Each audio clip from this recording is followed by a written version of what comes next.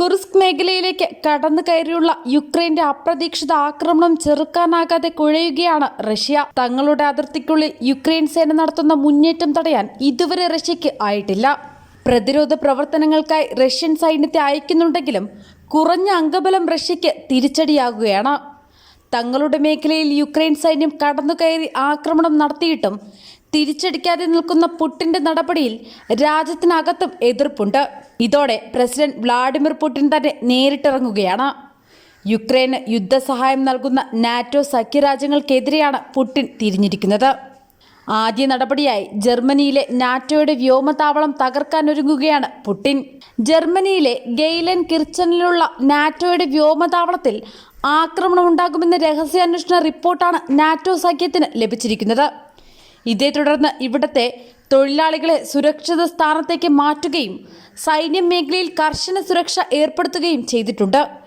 മറ്റു രാജ്യങ്ങളിലുള്ള നാറ്റോയുടെ സൈനിക കേന്ദ്രങ്ങളിലേക്ക് സിഗ്നൽ സംവിധാനം അടക്കം കൈമാറുന്നത് ഇവിടെ നിന്നാണ്. സൈനിക വിഭാഗത്തിൽ ഉൾപ്പെടാത്ത മറ്റെല്ലാ ജീവനക്കാരെയും തങ്ങളുടെ വീട്ടിലേക്ക് പറഞ്ഞയച്ച് താവളം സൈന്യത്തിന്റെ പൂർണ്ണ നിയന്ത്രണത്തിലാക്കിയെന്ന് വ്യോമതാവളം വക്താവ് എക്സിൽ കുറിച്ചിട്ടുണ്ട്. ഇതിന് സമീപത്തുള്ള മറ്റൊരു സൈനിക താവളം അട്ടിമറി ശ്രമത്തെ തുടർന്ന് താൽക്കാലികമായി അടച്ചിരുന്നു. പിന്നീട് ഇവിടുത്തെ സൈനികരെ വ്യോമതാവളത്തിലേക്ക് നിയോഗിക്കുകയും ചെയ്തിരുന്നു. മാത്രമല്ല, കഴിഞ്ഞ ദിവസം ഗെയ്ലൻ കിർച്ചനിലെ വ്യോമതാവളത്തിലേക്ക് നുഴഞ്ഞുകയറ്റ ശ്രമം ഉണ്ടാവുകയും നുഴഞ്ഞുകയറാൻ ശ്രമിച്ചവരെ സൈന്യം വധിക്കുകയും ചെയ്തിരുന്നു. തുടർന്ന് സുരക്ഷ ശക്തമാക്കിയിരിക്കെയാണ് പുടിന്റെ ഭാഗത്തുനിന്ന് നേരിട്ടുള്ള ഭീഷണി എത്തിയിരിക്കുന്നത്. റഷ്യൻ അതിർത്തികൾക്കുള്ളിലേക്ക് കടന്നുകയറി യുക്രൈൻ ആക്രമണം ആരംഭിച്ചതോടെ നിർബന്ധിത സൈനിക സേവനം നടത്തുന്ന യുവാക്കളെ പ്രതിരോധ പ്രവർത്തനങ്ങൾക്കായി കുർസ്ക് മേഖലയിലേക്ക് അയച്ചിട്ടുണ്ട്. അങ്ങനെ അയച്ചവരിൽ 100 കണക്കിന് പേരെ യുക്രൈൻ സൈന്യം തടവിലാക്കുകയും ചെയ്തിട്ടുണ്ട്.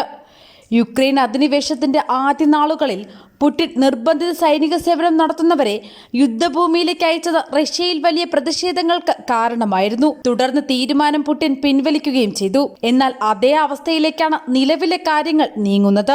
കണക്കുകൾ പ്രകാരം യുക്രൈനിൽ 2.5 വർഷം കൊണ്ട് റഷ്യ ഉണ്ടാക്കിയതിനേക്കാൾ മുന്നേറ്റം 2 ആഴ്ച കൊണ്ടുണ്ടാക്കാൻ യുക്രൈൻ സൈന്യത്തിന് സാധിച്ചിട്ടുണ്ട്. ഒന്നുകിൽ യുക്രൈനിൽ ആക്രമണം നടത്തുന്ന സൈനികരിൽ കുറച്ചുപേരെ കുർസ്ക് മേഖലയിലേക്ക് വിന്യസിക്കുകയോ അല്ലെങ്കിൽ നിർബന്ധിത സൈനിക സേവനം നടത്തുന്നവരെ അയക്കുകയോ മാത്രമാണ് മുൻപിലുള്ള ഏക വഴി. രണ്ടായാലും പുടിന് കാര്യങ്ങളത്ര എളുപ്പമായിരിക്കില്ല.